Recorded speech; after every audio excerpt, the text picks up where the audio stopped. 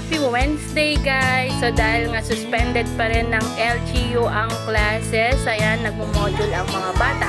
Pero ang aming bunso naman ay may kakaibang request pa at nag-request ng tent sa kanyang daddy. A tent.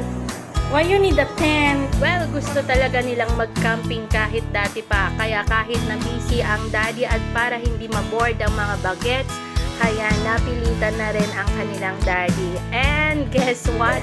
Kahit pala siya ay makikijoin din sa kanilang tent. See that one? Daddy takes almost the whole area.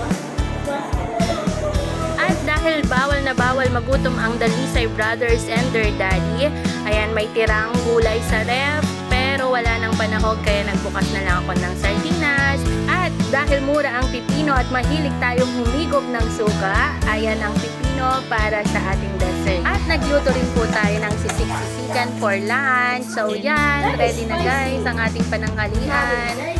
Let's eat! So, this is super spicy. All of us will have this on our plates. Teacher needs small lang. Okay, let's eat na. I do like so. What can you say, Em? Putok na putok. How about you, kuya? Thank you, Mommy and Daddy. How about you, Chan? 1,000 million. Yummy. I love you. How about you, Daddy? What can you say?